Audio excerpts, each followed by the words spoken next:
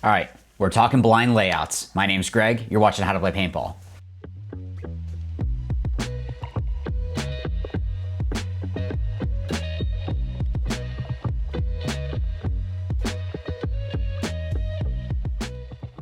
So with a couple of the events out there like USXBL, WCBPL, actually USXBL is about to just have, as of filming this, very soon their first event here in Florida.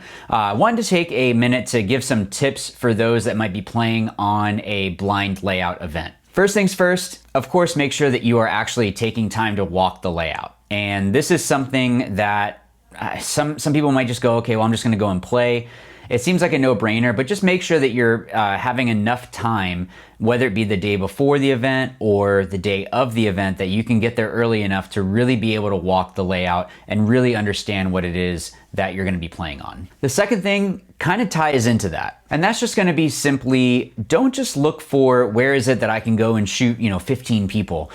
Understand who is it that kills you on every move. So whether that be off the break, looking and seeing, okay, I have to make sure that we have pressure on this guy as my player runs out because I need to make sure he's safe. Maybe it's gonna be, I'm going up the middle and I need to make sure that I'm taking this route because I can block out this player who is probably gonna be my biggest threat. A lot of players go and they only wanna see, well, where can I go and shoot everyone? And it doesn't make a difference if you end up getting shot 3 steps off the box. Third thing, be realistic. Don't go into the event and have this expectation that I'm gonna be able to run the 50 snake every single time or run to the middle every single time. Understand that there are gonna be risks. I would keep those risks limited so that they're calculated, making sure that maybe it's only 1 or maybe 2 players that you're risking on a move out.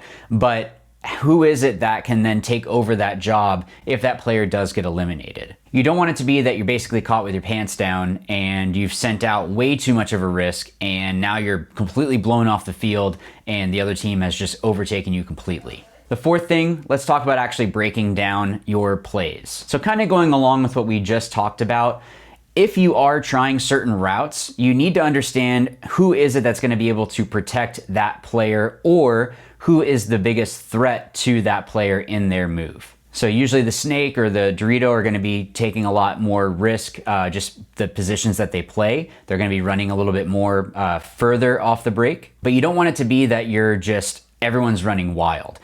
If you have it where only 1 or maybe 2 players is taking a risk, the other 3 or 4 players need to understand that there needs to be a communication of, did our player make it? If they did, then we can keep playing ball. But if they didn't, how do we need to adjust? Along with this, you want to make sure that when you're building out your play, that you are able to understand where is it that people went on their side of the field. You don't want it to be that everyone is looking Dorito side and completely ignore the snake, or you're only looking at the snake and not the Dorito or the middle. Who is it that has eyes where, so that way you can be best prepared for whatever it is that occurs. If it does happen to be that particular layout, it's really hard to shoot a certain side, that's okay. If everyone knows that, then you can go in and just have better communication. So I know this one's a little bit quicker, but thank you to everyone for watching.